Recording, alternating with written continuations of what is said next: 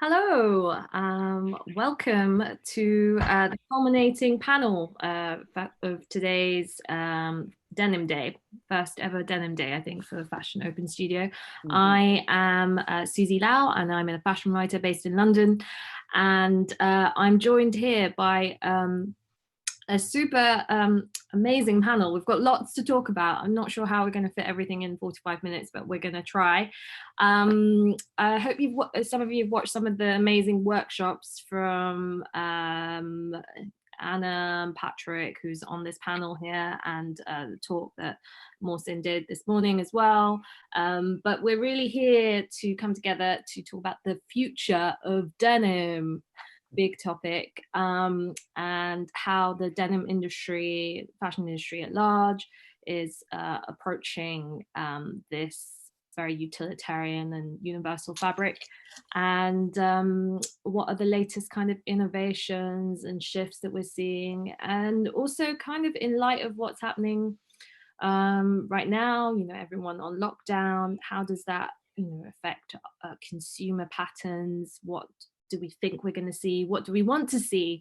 So we're going to be having a sort of panel discussion with everyone here first, and then at the end we're going to open it up to questions from people that have joined in on the Zoom here. I believe if you've joined in, you can do something like raising your hand on Zoom if you have a question. So you can do that at the end, and you can put your questions to the panel. So first off, to introduce the panel, we've got, needs no introduction, I'm sure, we've got Orsola de Castro, Creative Director of Fashion Revolution, like personal hero, kickstarted sustainability into the fashion agenda in a very, very, very, very big way. We have Keith O'Brien, Marketing and Business Development Manager from Isko Denim, who basically have sponsored today's Denim Day, made it all possible. Isko Denim is one of the world's largest denim producers, with innovation at the core of what they do, as well as sustainability. We also have Mohsin Sajid, who is a graduate of Westminster University, is a highly accomplished denim specialist, lecturer, historian. What he doesn't know about denim isn't worth knowing about, I guess. And he has his own premium denim line called End Rhyme. Yep. We have Anna Foster, who is a stylist and founder of E.L.V, a sustainable denim label, and that stands for East London Vintage. And E.L.V basically takes discarded jeans, denim, and repurposes them into one-off pieces. We have Bianca Saunders, who is a young designer based in London, did her BA at Kingston, and then went on to do her MA at the RCA, and she broke out with a really unique take on Black masculinity in her collections. And she also recently launched her Autumn/Winter 20 collection at London Fashion Week Men's, featuring Isko's Denim in a wonderful dance presentation. We also have Patrick McDowell, who's just graduated from CSM, BA Women's Wear, and is just starting up his brand with sustainability at its core, taking reclaimed fabrics, organic yarns, and ethically produced materials. So yeah, we've got a really a kind of diverse panel, so got a lot of topics to grapple with. But first off, we should talk a bit about how everyone is doing amidst lockdown. Well, more importantly, maybe with regards to denim, with factories and production, and how it has changed the denim supply chain. So I thought we'd start off with Keith from Isko, to talk about, Isko produces, what is it, 250? We've a capacity for 300 million meters of fabric. That's our capacity at our mill. But I mean, like everyone, this has affected our business as much as everyone's. But what we're trying to do is we're a global business, so we have offices all over the world, as well as having the factory in Turkey. Anyone who can work from home is working from home, including myself. So we're all quarantining and self-isolating at home where required. Our mill is still in operation, but albeit at a very, very limited capacity. So there are still people working there, all practicing social distancing measures and safety requirements where possible. But we've kind of had to relook at everything that we do, all of the processes that we have in place. Any customers that have offices open, we're still trying to service them. Some of our customers where they want to receive samples or fabric at their homes, we're trying to service that as well. So we're trying to work with everyone's different working environments.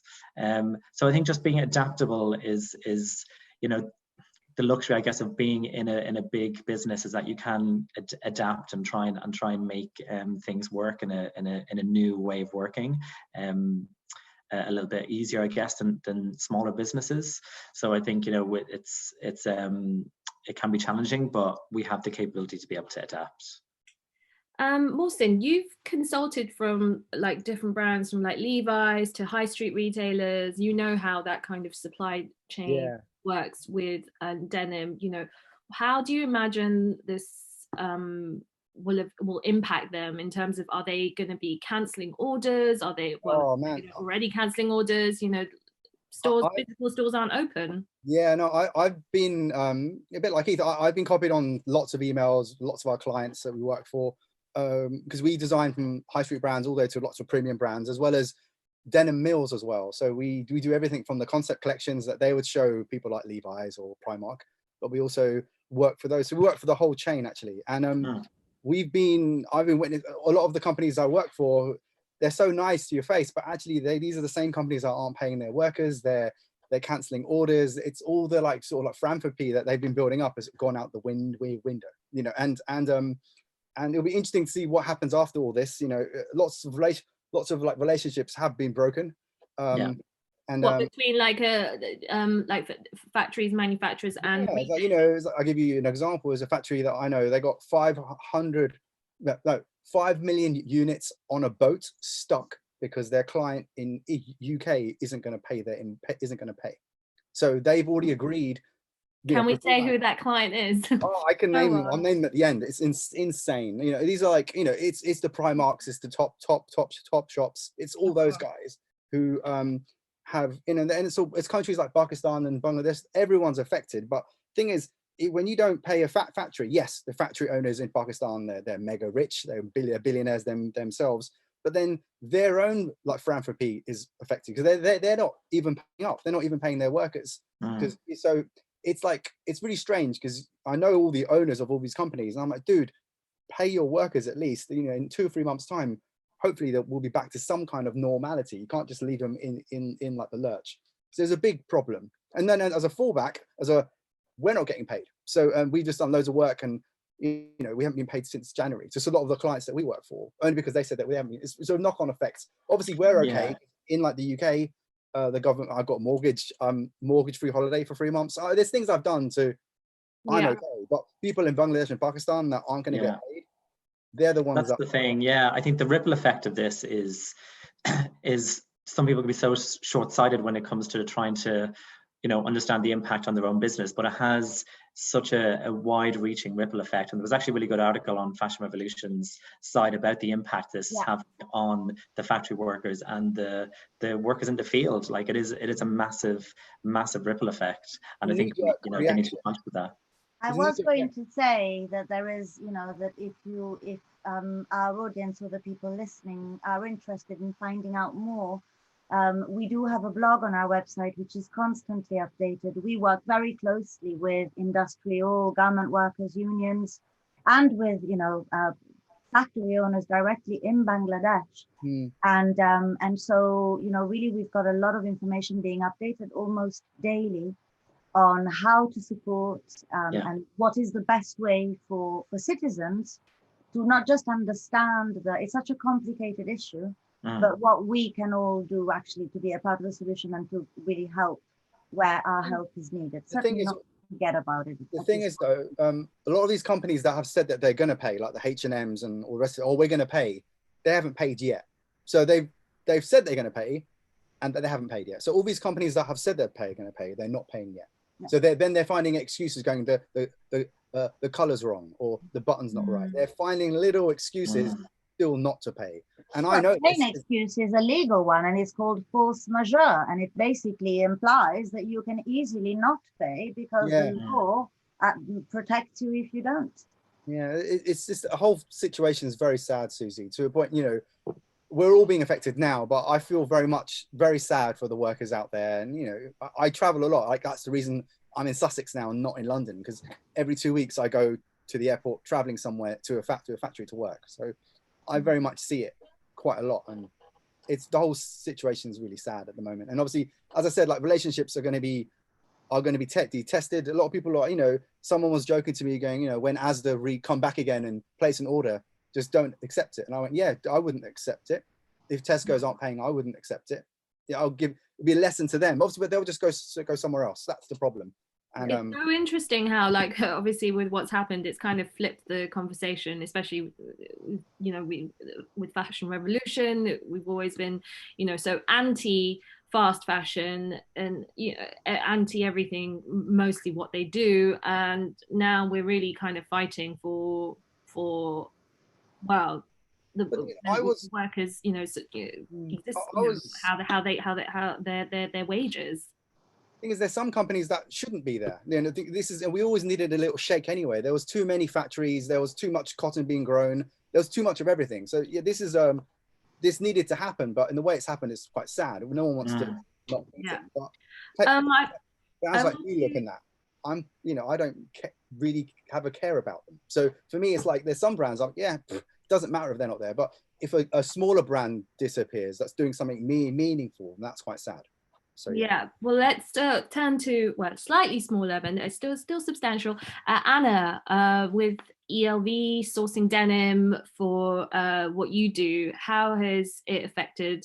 I can see behind you there's stacks and stacks of jeans. You're good for denim. Yeah, yes. I often, I've got to a stage now where I'm a bit bigger and I have enough storage facilities so I can take a bit more denim. So luckily in January, just by chance, I visited a few wholesale suppliers and just bought quite a bit, but it was very much a random. It wasn't, because normally I buy for what I need. So I get the orders through from a wholesaler, or I decide what I'm going to promote myself in my shop. And it just happened to be that I just thought, you know what, I don't know why I went, and I just got lots of random colours. And so I do have stock. Whether it's going to be enough for what I need for my production, I've yet to kind of decide. We're taking a bit of a pause. I'm up here now because it gives me 45 minutes of privacy and not being interrupted by 3 small children. So I'm here relishing the quiet. So I do have some, but I'm in constant contact with my suppliers, just chatting, seeing how they're doing. One guy's expecting a baby, so he's kind of he's now just reevaluated my kind of vision. If anyone wants to buy anything, I'll leave it in a box, but no one can come in. They take it, they mustn't come into the warehouse, because him and his brother work together, but they go in separate days. I'm speaking to another one, they're going to let me know, and we're probably can have a Zoom virtual buying session where they get everything into piles, show me everything. But we have I work with these guys for quite a while now, and we have a kind of a mutual respect, so they can send things down, I'll go through it, and then I'll just send it back. That's kind of my backup plan, if we go into lockdown in kind of mid to late May. I suppose that's the thing, it's like we don't know how long this is going to last for, so it's hard to predict how much you're going to need. I guess a bit like, you kind of have to make plans for the next couple of weeks, and then that has to change a bit. But I'm trying to be very optimistic. I'm speaking with my atelier, Black Horse Lane Atelier, speaking to them regularly, checking how they are. And it's mainly actually checking in with everyone to make sure they're okay. On a human level. Yeah. And just, Josh and I spent on the phone for an hour just chatting, talking about his baby, the child he didn't, his girlfriend said, I'm expecting. And so we spent most of our time talking about that. And that's the kind of relationships I have with pretty much everyone I work with. Like, they're part of my E.L.V. Denim family. And I think that, you know, you're saying that lots of people are going to have relationships that are dead, whereas I'm so lucky. I've built all these relationships up from a very kind of honest place. But Hand for Black Horse is one of the gems, really. So he's they're great. So, you know, it's, you know, working with people that value who you are, what you're trying to do. You know, I work with a local laundrette, you know, speaking with him, checking him that he's okay. I think we have to make sure that everyone around us is okay, and we're not trying to get, you know, it will be great. I was talking to Annie and Han about it, and they say, you know, we want to get work, we want to be working again, you know, we really do, but no one wants to do it at the cost of someone else's health. Yeah. You know, there are a few wholesale suppliers that I know are not working properly, they're not working within the guidelines, but you know, that's not, I don't want to work with them. They're not the right people to work with, and you can't there's no price on health. Yeah, no, I've had conversations with people where they're judging if they're going to be trying on stuff anymore. Like, I'm not going to be trying on all the jeans anymore. Loads of horrible theories and conversations that are happening. Oh, because of the possibility of contagions on fabrics, which actually dies after a few hours, I've read. Right, but you know, it's these, you know, it's these fake stories or whatever it is. That's we don't know what the situation is going to be. Once we're out of this like sort of a scenario, is everyone going to go and buy fashion garments again? Probably not. Well, we're going to get onto that question, which is something that you know, I think the fashion industry, everyone is thinking about that. But I wanted to speak to Bianca and Patrick, young designers. Yeah, very. I have to say, I am super worried personally for the young designer community in London and beyond as well, because you know, it was already tough before. It was a very tough retail landscape, and now it's going to be even more difficult. I wonder how you guys are just getting through this period, either, you know, keeping your morale up, and what are you doing about kind of just practical things, like Bianca, for instance, you would have been showing something in June in London Fashion Week Men's, and now that has been cancelled and can be moved virtually. Yeah, it's been, at first, I think the most difficult part was trying to prepare for it. So I guess the couple of weeks before the actual lockdown was more like a conversation in terms of the news and stuff like that. I was more trying to get all the production out of the studio before being able to not be able to move, which has been quite difficult. So I haven't actually been able to do all my deliveries properly. Luckily enough, my mum allowed me to move a lot of my stuff back to my house. So I'm currently using the front room as like a mini studio. And then I also have like the skills of like making and doing like the pattern cutting, and I can sew. So I think that does cut a lot of like problems where some brands might have. I didn't actually have employees, so I don't have as many people relying on me. I had a couple part-time people, but it's just more about, I think, being a small island by myself and knowing how to actually survive it.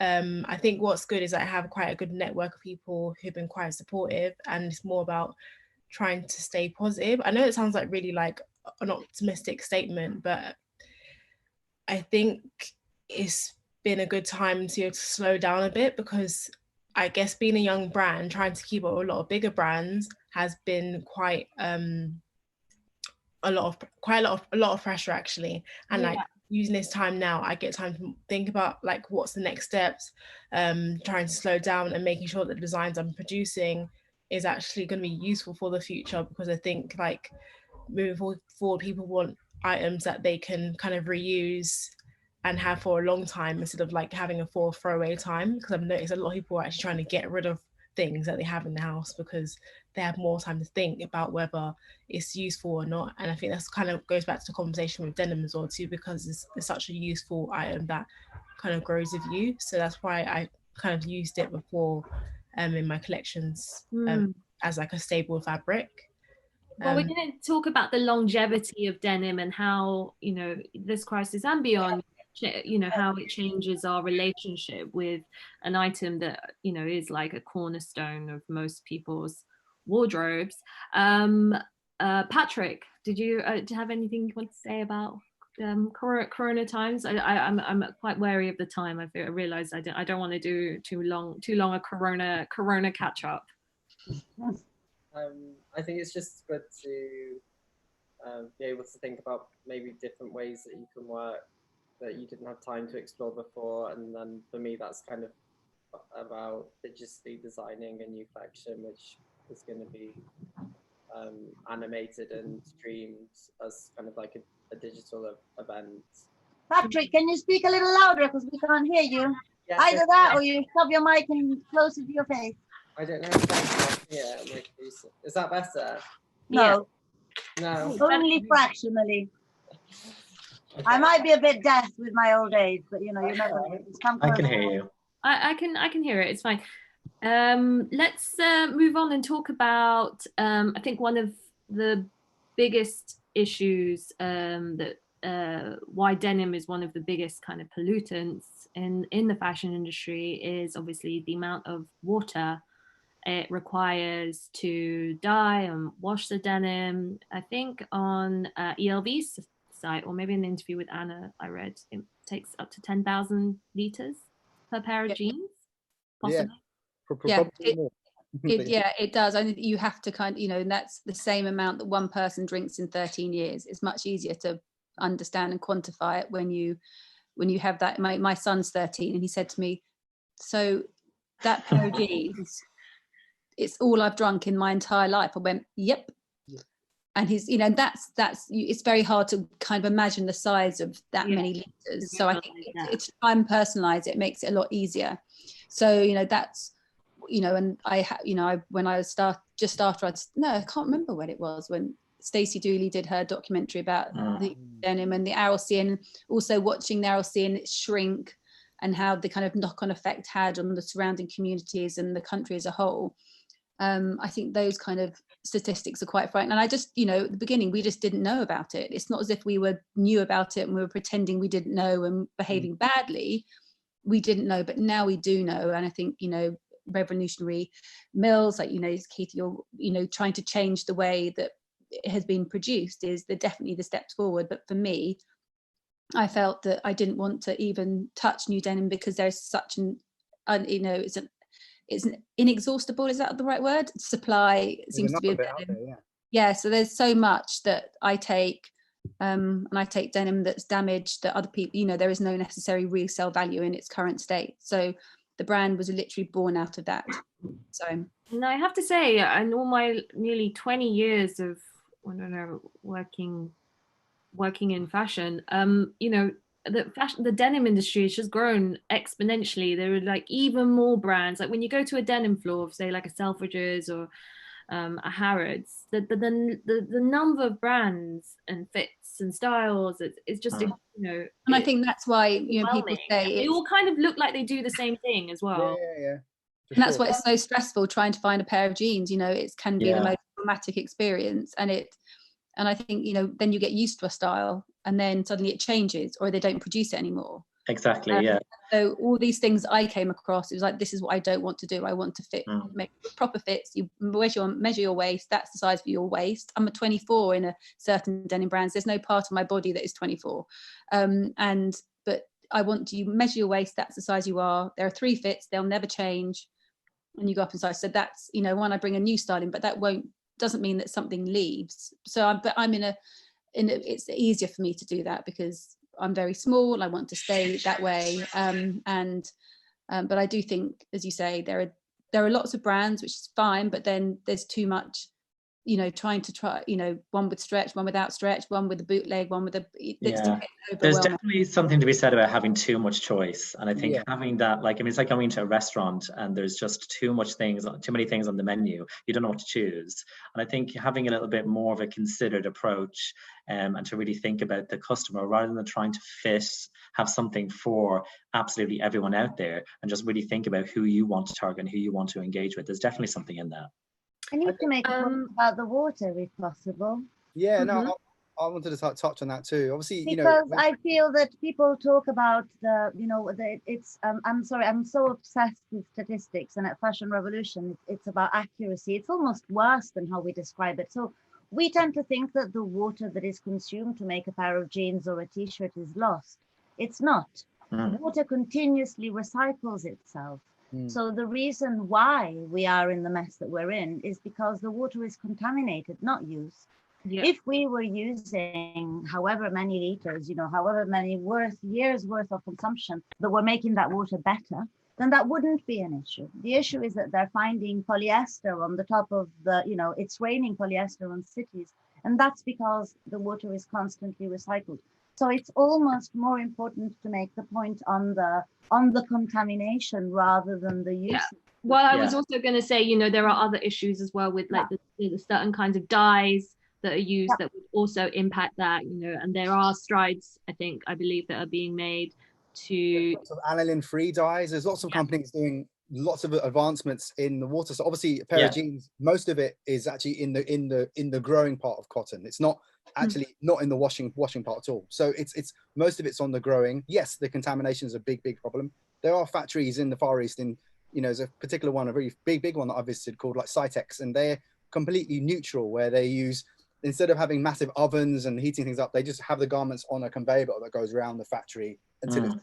And they're you know, they're growing food, and they're growing, all the water's completely recycled, all the sludge from all the stone washing they make schools from it. So they're doing lots of positive, and they're completely neutral. One of the only ones that's even done it actually to this stage, and they're making another one in like LA and another one in like London. So and LA being a, you know, obviously a center of for sure.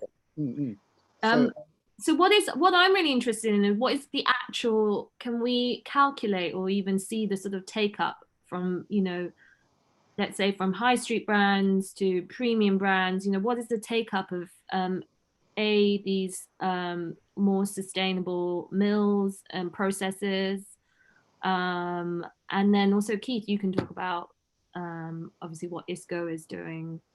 Look, I mean, we work with brands of all different sizes, from small brands to really big high street brands. I think from our point of view, you know, you mentioned earlier, Mohsin, there's a lot of greenwashing that goes on out there with kind of every step of the supply chain. We want to try and make sure that we don't just say, you know, what we're doing. You can't just believe what we say. Everything that we do is verified by a third party. So, you know, we have a lot of third party verifications for a lot of our processes in terms of our the bodies that we're a part of and memberships that we have, as well as certifications on the fabric and the fibers as well. So that's really important to us, because it really backs up what we're saying. It's not like we're just going out there and telling people that we're green or we're eco or we're sustainable or whatever. So that's really important. And I think when working with brands, you know, it can be difficult, because I think a lot of different brands will have different models of what they want to be or what they want to do from a sustainability point of view. All of them can be good. It doesn't mean that they're all bad, but there's no sort of regulation in place to say this is the one true method of being sustainable, which is why we don't really use, in Isko, we don't really use the term sustainable that much. We try and say more about responsibility. So everything that we do is produced responsibly. And I think if you can say that and you can stick to that, then I think that's a really good place to start. But I think a lot of the certifications that are out there, and, you know, from a consumer point of view, it might not make complete sense to a consumer, all these different certifications and what they mean. For us, from our point of view, it's working with the brands, and that's how we negotiate and how we work with the brands, and how they know that we're working in a very green and ecological way. I'll give an example. I went to one of the biggest suppliers in Bangladesh 1 year ago, LEED certified platinum. So this is like meant to be solar panels, amazingly made. They were using kids, and they supply all the high street still. So there they are, getting all the right certifications, but some, like the cotton process in general, is not really regulated. Yes, garment factories are, but the cotton spinning and the ginning isn't. So you can have a factory that's certified that a Levi's or someone would use, but actually the earlier process isn't verified still. So there's a lot of problems. And that's one of the things that people forget about. It's not just about the fabric, it's about the people. It's about people who are involved, making sure that they're protected, and that there's, you know, and there is bodies and there's regulatory bodies that you know, you can that protect and those types of people against that as well. But going back to my question, Mohsin, can you talk about like how the industry has, taken to, whatever new is coming out from innovative mills Okay, so or we'll talk about laser finishing, for instance. yeah. So back in early 2000s, the laser machines were still quite new. I was one of the first people to use a laser machine for like Levi's Japan in 2002. Only What is, just to explain to like people who don't know, what is the okay, benefit of so using laser if you get a machines? pair of jeans and they've been pre-washed and they've got whiskers on and they're softer and the color's been gone, most likely about 15 to 20 different processes have been on that jean. It might have taken 3 or 4 hours. Some person's been hand grinding it, you name it. It's been worked on. The newer techniques, which have been advancing every few years, and there's 2 companies in like particular. There's one called like Tornello and another one called like Genealogia.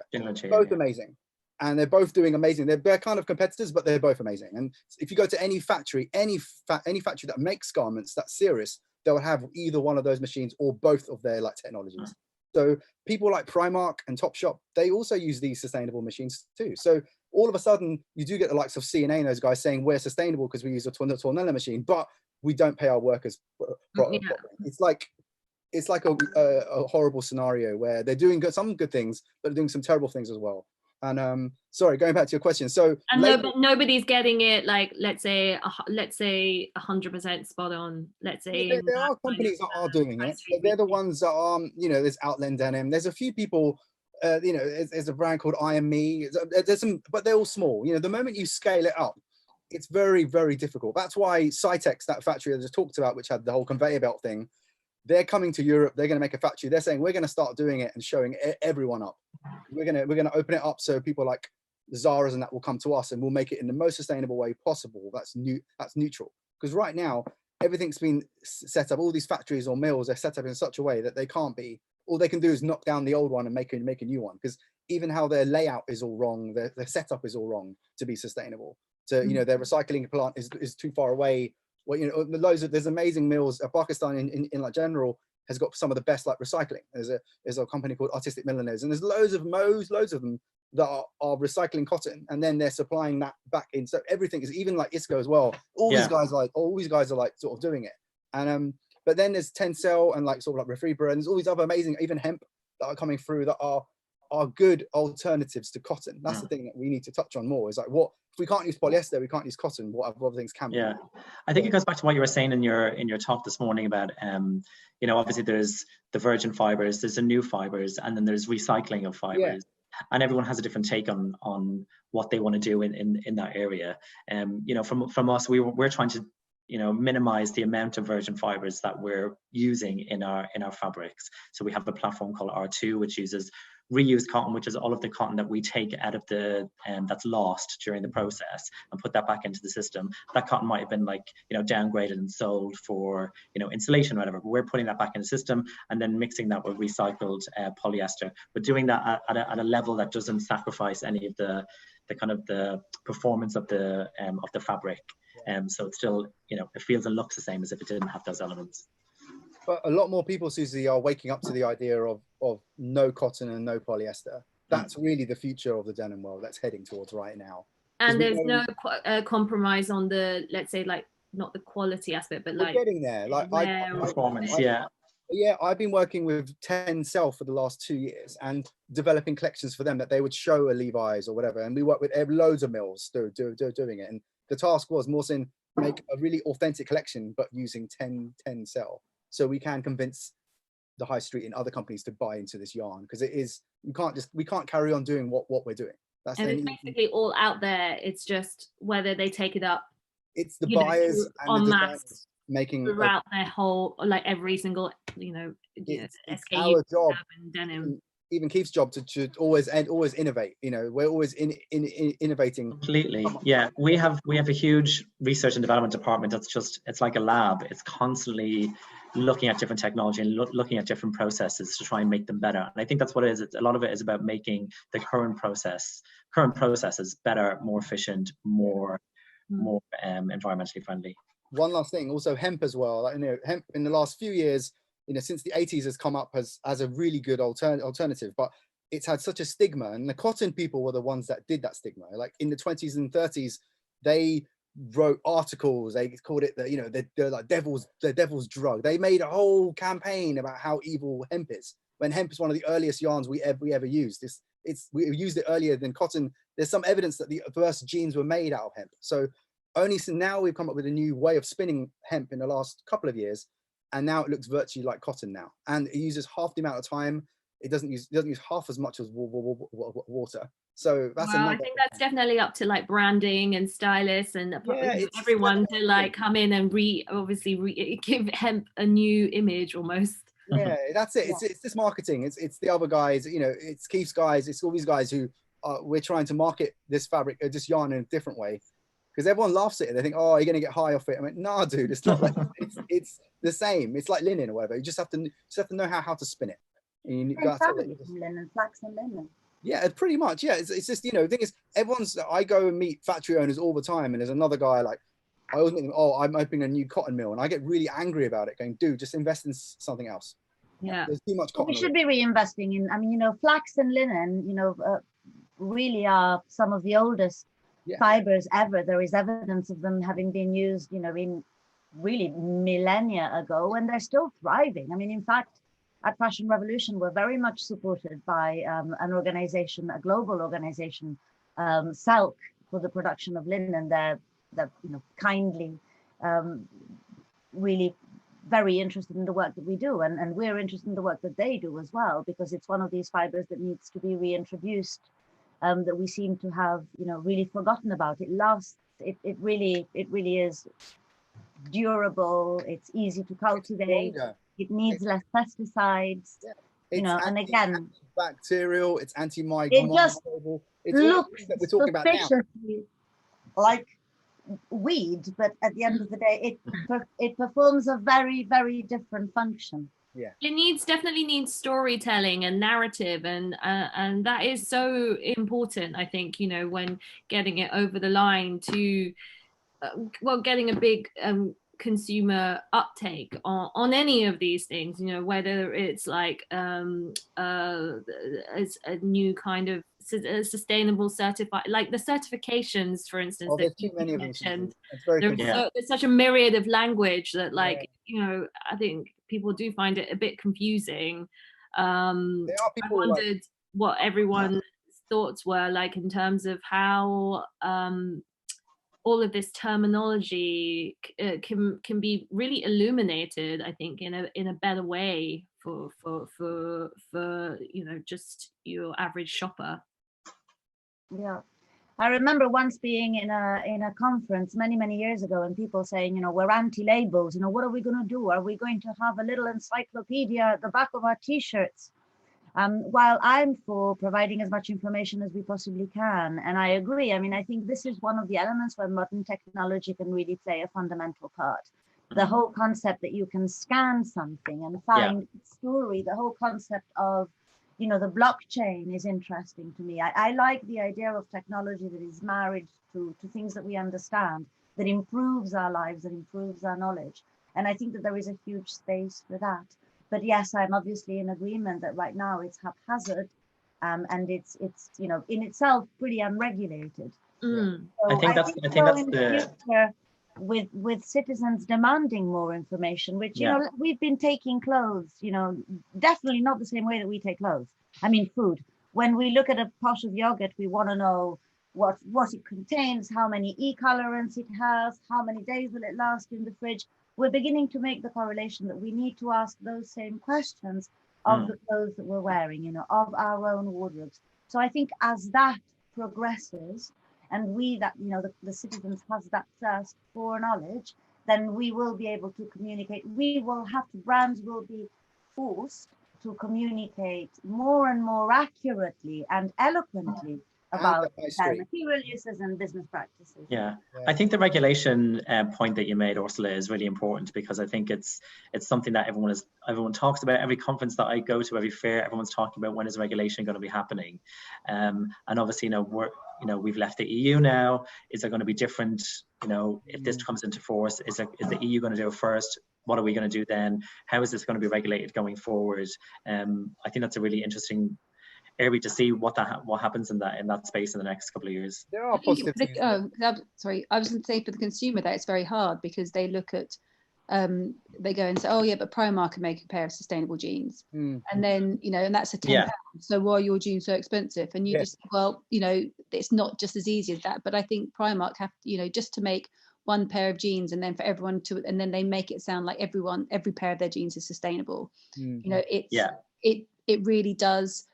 It's unfair, and there should be some way of them not being allowed to. It's like almost bandy that language about. And again, they say, it's become a buzzword. The word sustainable or eco or green. But nobody understands it. And someone's one brand creates 4 pieces of denim that's sustainable, but the rest of the other stuff is, God, you can't touch it with a barge pole. I would hope that changes now, that brands are not just, doing a conscious collection or an eco collection. That it should be something that's obviously embedded in everything they do. And hopefully that will happen at some stage. But I think the days of just having one part of your department or one part of your collection that's sustainable, hopefully that's going to die down. Every quality should have some sustainable element in it. Like a couple of mills, I'm sure you guys do it as well. Isko's, every single quality now has a recycled element in it, by default. So that's exactly what we're doing. So these are things, and they're not even, a lot of people aren't talking about it. Actually, 5% of every jean is recycled. There's no option that it isn't without now. There are lots of things like that going on. But I wanted to talk. Okay, so we've sort of talked a bit about how the larger scale mass brands operate, or what we're seeing.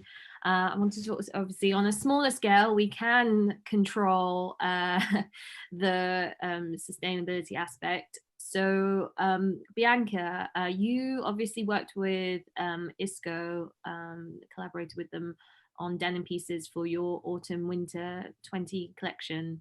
Tell us a bit about obviously the collection, why you decided to work with Isko, and how you want to incorporate denim into your work.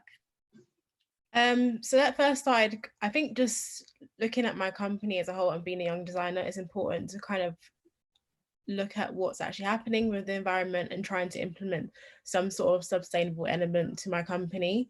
And I really wanted to use quite a lot of denim in my collections. And I spoke to Orsola about sustainable elements I could probably impose. But I guess in terms of having a short amount of time, what was the most effective way to kind of do that? And then denim being quite harsh to the environment, I thought it'd be quite great to work with a sustainable denim company such as Isko.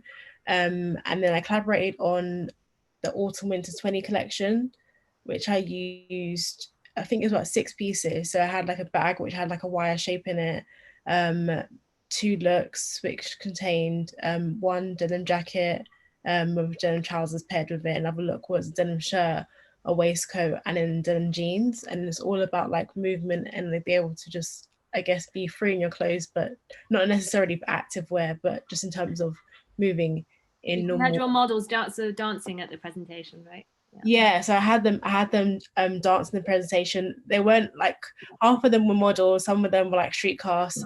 It wasn't necessarily about everyone having the best moves, because when you go to a club or any sort of party, people are dancing to have fun, and being comfortable and dancing in your clothes is what I guess fashion is about, isn't it? You kind of go somewhere to dress up. So having the element was quite important to me. So I really did enjoy working with the denim, because it was having the material before actually deciding what the product was going to be, and it made it a lot easier to kind of design the collection process around what could I do next with it. So I did bleach some of the denim.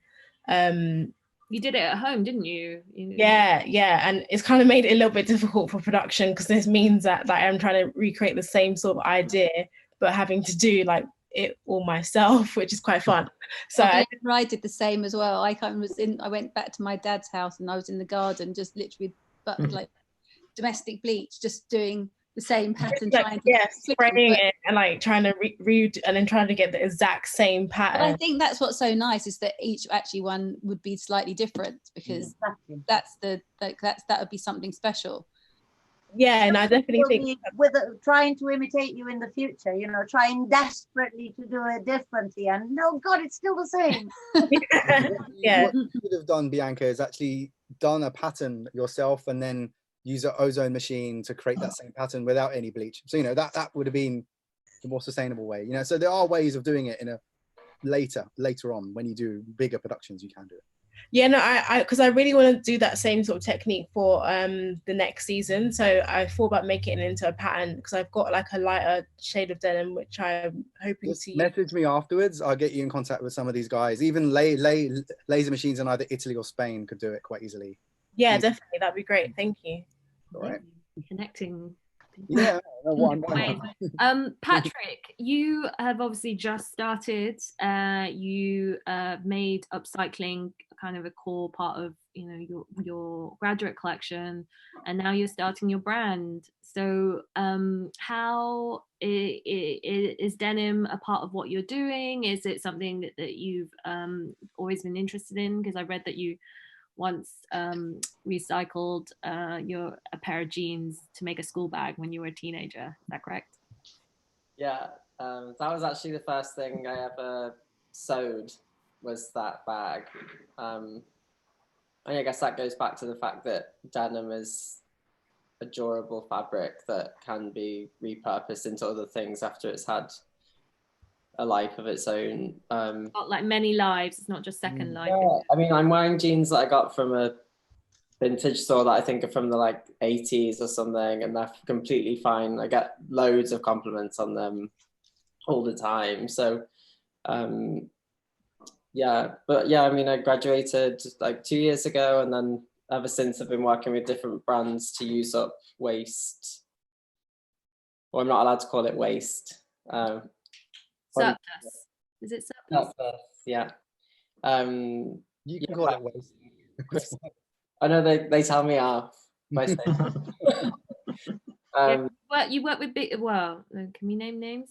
Yeah, Burberry, one of them, yeah. Burberry and Swarovski. And then interestingly, I'd started to have some conversations around working with brands to repurpose their unsold stock of finished garments as well, which was going to turn into some capsules for this year, but obviously but it's nice to know that they're thinking about it, because obviously there's a lot of financial gain to be had in repurposing your unsold stock instead of, which is a big problem in fashion in general. 15-20%, from my understanding, Susie, isn't it? Like, yeah, that, you know, that are brand new got thrown away. Yeah, and this situation now is increasing the volume of all of that unsold stockpiling. Yeah, well, because like they can't shift the stock, so there is just literally mountains of clothes in warehouses. So I think you're probably going to see huge sales in a few months, but also there is a big opportunity around repurposing, which their designers are perfectly capable to do. And if their designers aren't capable to do it, then I think they should get new designers. I'm really aware we've kind of got raced through, and we're already like nearly at the end of the panel. I wonder if we can go over or not. We think we can a little bit. Let's go over. Let's keep going. Anna, I wanted to talk to you about this. You know, E.L.V.'s kind of one of the things that you do is made to measure, and people can come to you, or they can get it done at Alex Eagle, a store in London. You know, I think for a lot of people, when they go and buy a pair of jeans, they'll go to a known brand, and they'll want the same fit, the same thing that they're used to. How easy has it been to, let's say, convert people's mindset to this idea of made to measure denim? Well, when I first started, I thought I had this kind of idealistic vision that I would, you know, retailers would buy 30 pairs of jeans, all different shapes and sizes and different colors, and then people come in their leisure, try them on, find the one they wanted. It would be a unique experience. And it was a bit of a wake-up call when they were like, no, we need it to kind of be we need everything to kind of fit. So I was like, okay. So I took my favorite ones and kind of made patterns based on those. And so then I did a size range. I go from 24, which is a proper 24, so it's tiny. I've got a couple of clients in America who are so small, and I go all the way up to 38. And but then all the sizes will fit the same, but all the different, each jean is still unique, because you can't make the same, you can't put the same 2 pairs of vintage jeans together. It's impossible. So it's just trying to celebrate that, and people to realize that some people struggle with the fact that it'll be slightly different when they see it. But, you know, I've been working with retailers now for quite a while, and as the 2 years have gone past, people are so much more receptive and understanding. And at first, all the retailers wanted them all to have zip flies or button flies, but now it's like, oh no, it's not so much a barrier. So now it's much easier for me to produce those, because people are more understanding of how it works. They're looking forward to getting something that's unique, despite the shape and the fit being the same. And you know, it's especially in a world of sameness, you know, it's great to be different. It's great to have something different from everybody else, and that's a special quality that for me goes without saying. But right at the beginning, yeah, it was a bit of a shock that people didn't envision my kind of idealistic view. But you know, now you can come into my shop and you can bring maybe a pair of jeans your mum had or a friend has, you, and you know, I can pair them with one of my unique pairs, and you try on a pair or existing style in the size you want, and then I make it up for you using the pairs that I mean, trying to think, you can using all these like one-off pairs that are one-off pairs that I collect when I go there. There's some amazing details in these pieces. There's these, oh my god, there's just, you know, with crisscrossing, with lattice weaving, everything. It's just, some of these are really special. So that's my vision, to try and create the made to measure, well, made to order, so you can come in and you can make your own pair out of what. I hope you're keeping some of them for your little archive book or something. Oh my god, I do. I show people some. They're like, I want that one. I'm like, oh really? Oh right. Yeah, and I'm like, oh no. So I have to kind of try and not be too protective over it. Although I do squirrel away a couple of pairs that. I was at a recycling plant just before COVID, and this was going to be a garment. Loads of garments were being like shredded, and there was loads of stuff from the 30s, and these guys didn't even know. Wow. I saved some of it, and I found a type 1, which is worth about $2.5 grand. You know, to the right person. Yeah. Which is insane. They were like, "Oh, we're going to shred it." I was like, you know. But so I think this is what we have to celebrate. You know, Patrick and Bianca, you doing your pieces that are, you know, can be one of a kind, with the upcycled and kind of creating the pieces with the bleach on that are different from everything. And I think this is the one part, I think if we can pause now, we've been given this forced pause, and we can try and firstly find out of the smaller brands that are struggling but surviving through and will survive this pandemic, and be, you know, and get more information about them. So when we are kind of getting back to normal, we don't just go to the normal places that you would look for. You'd search for something different, and that's your goal. And if we can take anything positive from it. For us with Fashion Open Studio, this is one of the things that I'm the proudest of. We've got 49 designers from the UK, and you know, half from the UK and half from the rest of the world. And you know, this is the time when, you know, when people talk about slowing down, we need to really put that into context. Slowing down who? Because we need to slow down the mainstream, we need to slow down the culprits, we need to slow down those brands that are producing billions of garments every year. But we don't have to slow down Bianca Saunders. We have to increase Bianca Saunders and the Patrick McDowells and increase awareness. I mean, that is the biggest thing. I mean, you know, and there are different ways. When a product is expensive, there are different ways that people can maybe get together and buy it. I mean, I just received the most incredible skirt from Chopa Valowena, whom I used many years. Like, I helped them. You know, that skirt is incredible, but that skirt is designed to fit several different people. I mean, I'm not going to share mine for love or money, but if I was a few years younger, I'd have got together 5 girlfriends and I would have bought that skirt in 5, and it could have done 2 months with each, because of the way that it's made. It can fit several different shapes. So I think we need to become creative in all of this. But I couldn't thank you all enough for, and you know, Isko for supporting, and you guys for being here, because this is precisely the point of Fashion Open Studio, to ensure that these young brands are seen by as big an audience as possible.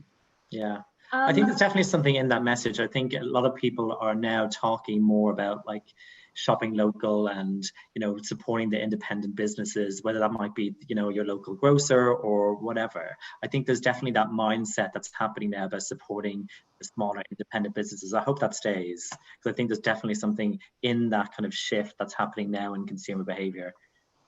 I think it will stay. I think we're looking at different heroes altogether. I've said this in another panel, so I really apologize for repeating myself, but I do think it's what I'm thinking the most, that we're looking at a generation that is growing up worshipping the doctors and the nurses and the public servants. These are very different heroes to Kim Kardashian's bottom. And I think that it will stick, that we will be finding, you know, value and appreciation in different people who are less visible, smaller, and, you know, altogether quieter heroes. I've been developing lots of collections with lots of students, and both at RCA and Ravensbourne, and each of them are different, but each of them have got one main thing in common. They're all designing collections which have like zero waste. So all the patterns are to the edges of the selvage of the fabric. There's absolutely no waste involved, and to me, that's where a lot of the advancements are going to be. So you won't have to recycle all the cuttings from the floor. You would actually, you know, even like there's a student called like Danielle from the RCA who's just about to finish now.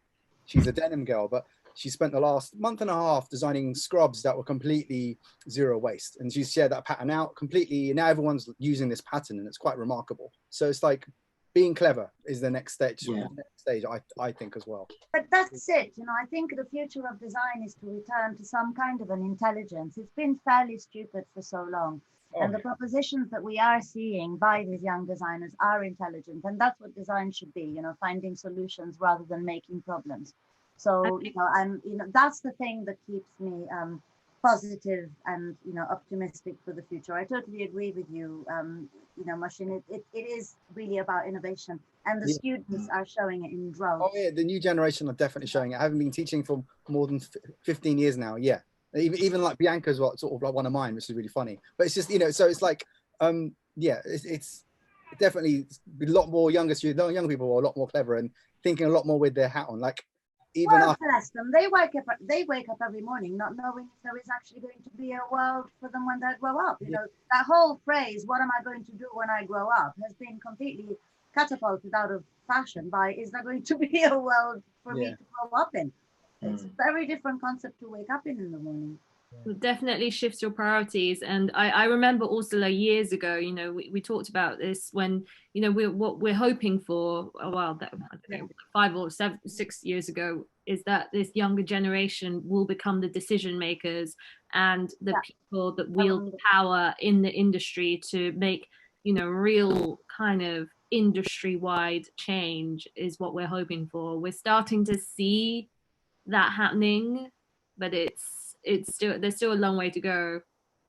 Well, you've always been around, you know, to support and innovate. There's a couple of people that I can say that really from the bottom of my heart, it's you and Sarah Mower, who really have spent the time promoting and shining a light on the new generations. And I think that, you know, it's important that we continue to do so. Sarah Minor as well, you know, this is where we need to be. We need to ensure that, you know, they have the visibility that they deserve. And again, you know, being careful when we say slowing down, who we want to slow down and who we want to really promote. Speed up.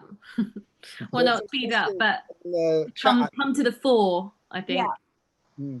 There's some questions on the chat. I don't know if you want to see them. Yeah, let's start. Yeah, I think let's move on to questions because we've kind of gone over. I did want to speak about so many other things, but we've got such a great panel here and everyone's got such like amazing expertise. I wish we could go on and on and on. So, okay. First stuff from YouTube Live, Ashita Jain. Hi everyone, first of all, thank you for this amazing discussion. I have a small homegrown upcycling company in India and I want to go ask, what do we think we need to change our pricing? Are people gonna still, well, she also asked, will people still invest in higher quality but high value stuff?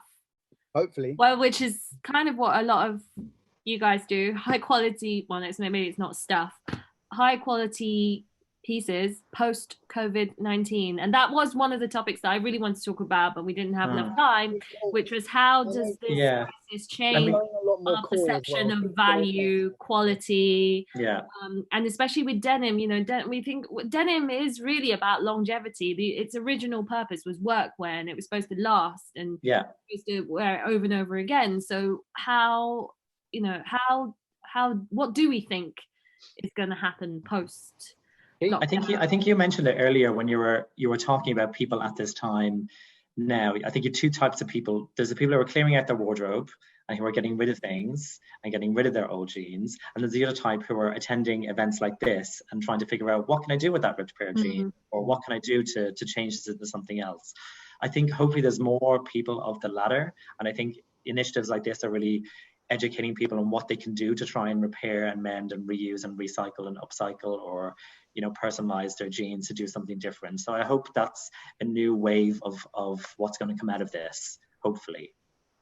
I think it'll be more going towards a lot more core product. There's still going to be innovation for sure. Even like Candiani Mill have just come up with a denim which is bio stretch, so it's not using polyester. So, you know, there's lots of innovations that are still happening, and that's going to still carry on happening. But now, because of COVID, there's going to be a lot more people that are going to be a little bit worse off. So actually designing more core products at a good price is probably what a lot of these bigger mills are going to be concentrating on a lot more, because it's going to be a crunch now. It's going to be a crunch. Yeah, and I think, you know, going back to what you were saying earlier about more brands wanting to use more recycled materials, I think there's going to be a lot more of that.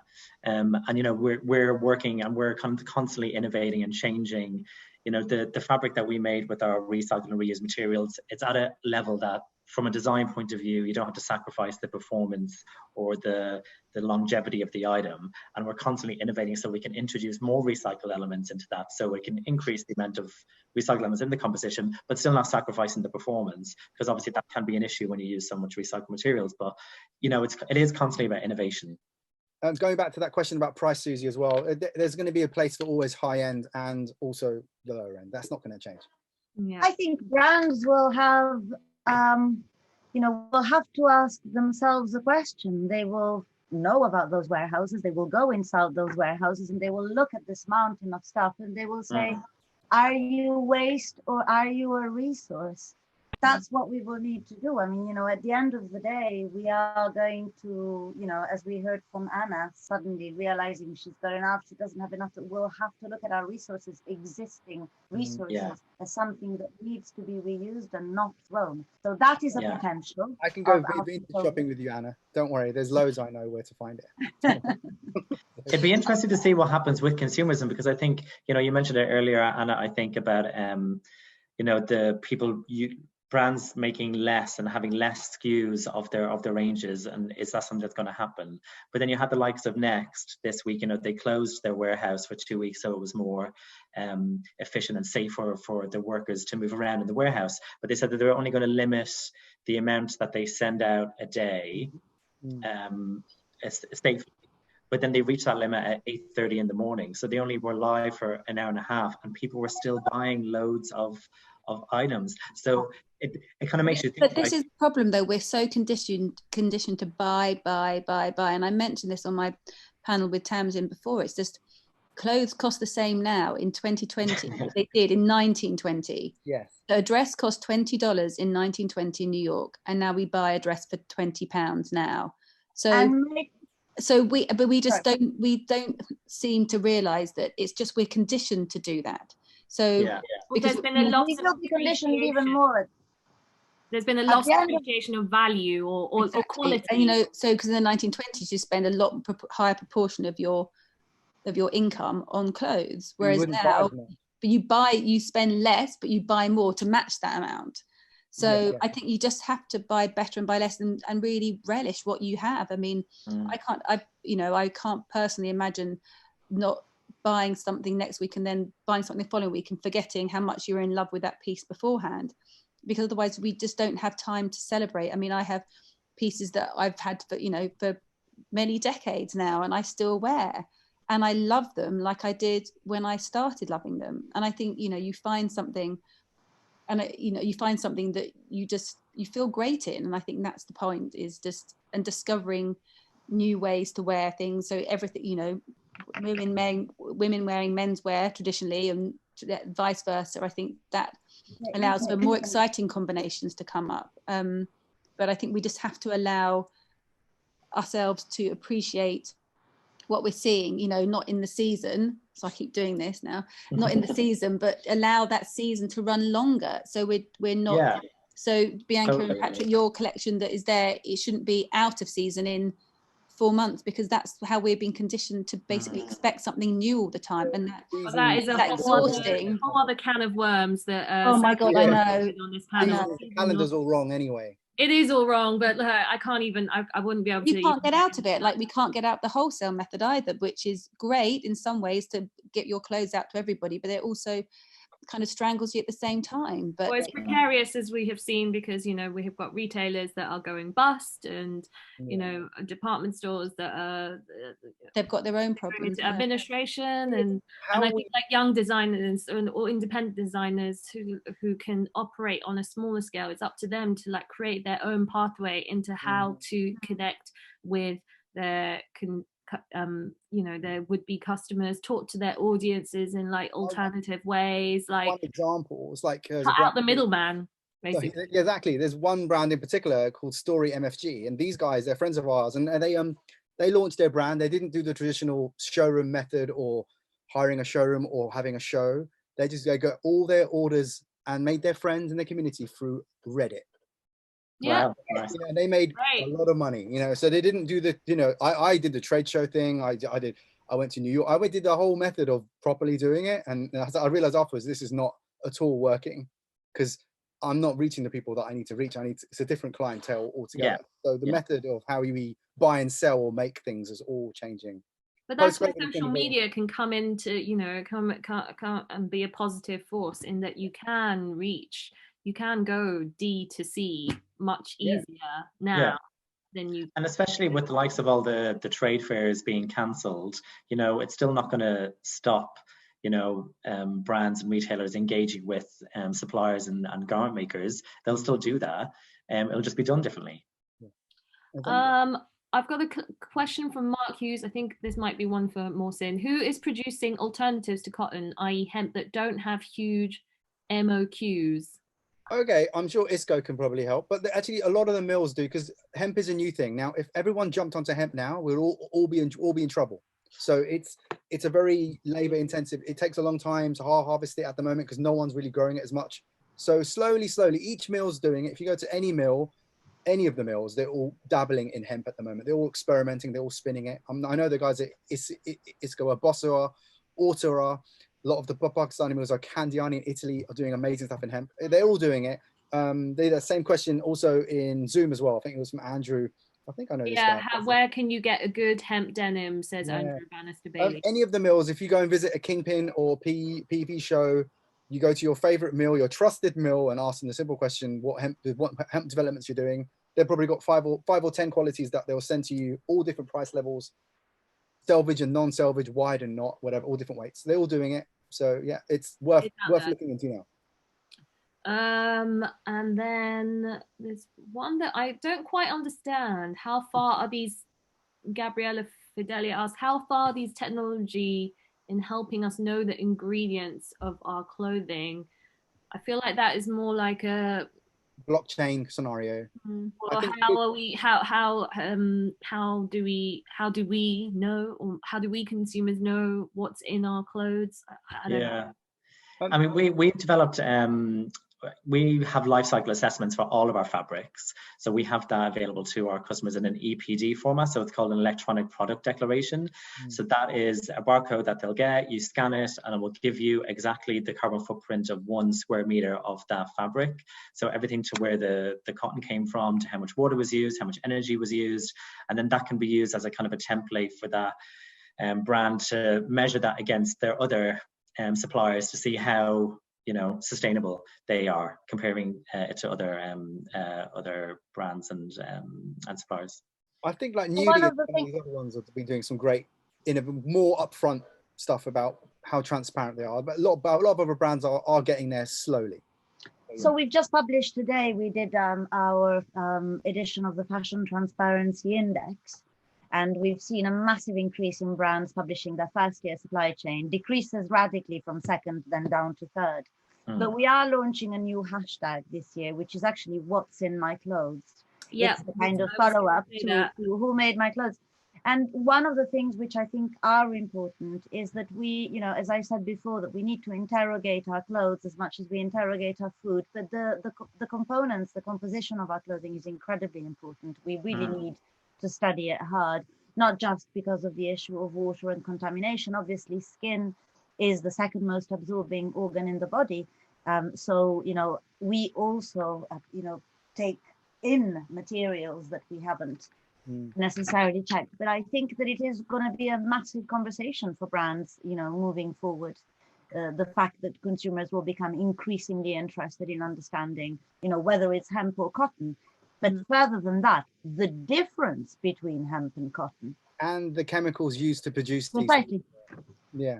And what chemicals are still left on it, the softener or whatever. I think this is going to be the, you know, actually, you know, for us, it was timely to launch it this year, what's in my clothes, because, you know, in a way, if you think of the word transparency, when we started Fashion Revolution, people didn't really talk about transparency, supply chain. We are engaging in a conversation that is getting more and more eloquent, more and more articulate. Yeah. And so I feel that the next round is really going to be about what's in my clothes. Yeah, and that language and vernacular becomes almost like common language. Yeah. When we talk about when we go shopping or when we. Yeah, exactly. I've been asked to end on a positive note, which was what my original intention was that I wanted everyone to talk about give a quick fire. What is their idea of a denim utopia? So almost like what would ideally everyone kind of like to see happening, you know, even if it's like it seems completely impossible or completely like ridiculous now. You know, we're at the moment where we should be doing a lot of blue sky thinking. So I thought we'd end the panel by everyone kind of giving a little bit of a dream scenario. Starting with you, Mohsin. Oh, bless you. I'm sure you've got a long list, a wish list. No, I'll keep it short. It's very easy. No cotton, no polyester, no petrochemicals. That's pretty, and better CSR. That's where I stand at the moment. Great. Bianca? And it doesn't have to be about denim. I mean, it's just maybe from your perspective as a young designer, what would you like to see? Just more timeless pieces, things that last longer for it to not just go out of fashion. Keith? Yeah, I think mirroring kind of what Anna was saying earlier, I think getting that consumer, people's mindset of getting the love back into clothes and, you know, really cherishing and loving what you have. And, you know, from that, I think a lot of other benefits will stem, you know, not overbuying and over consuming. I think getting the love back into clothes is important. Patrick? Lifetime denim. Lifetime, like as in it lasts forever. Well, yeah, and then, you know, things that can be adapted and changed as your body changes is always something that is kind of thing. Always interesting. The science element. Anna? Well, guys, you know, Keith, you kind of mentioned the whole thing that I feel passionate about. I want people to love what they receive, and, you know, trying to get people to definitely to upcycle their own clothes as they have it. I mean, you know, I'd like to see a world, I would be kind of cutting myself out of my business if I said this, but, you know, if we're the world, there'd be no more, you know, post-consumer denim waste. It would force me to rethink everything. But if it didn't, that would be an amazing place for the environment. And Orsola? I kind of agree with everybody else. And then I have to, little disclaimer, I don't really wear denim very much, but I'm going to do a little love story to my favorite pair of jeans when I was young, because they were red. So for me, denim utopia is finally somebody doing red jeans again. Oh, I've got a pair of red ones here if you want them. No way! Yeah, look, hold on. Oh my God, blue sky thinking works. There you go. Susie, you're the godmother forever. I made it happen. Oh, No. You can match them together. Look, come on, I'll make you a pair. Yes, Love it. by the way, I'm ordering now my upcycled red jeans. That's all I want in life is red jeans again. Yeah, there we go. Amazing. Yeah. But can I also take this opportunity, as it's the last panel of the first day, to really, really thank you for your support and for supporting Fashion Open Studio and Fashion Revolution, and for all being here and for all being brilliant.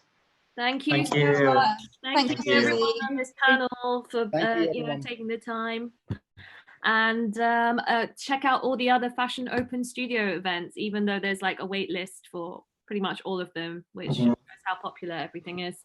Thank you, Mohsin, Keith, Patrick, Anna, Bianca, Orsola. See you. Thank you, Susie. Thank you, Susie. Somewhere. Thank you, Susie. Thank you. Bye.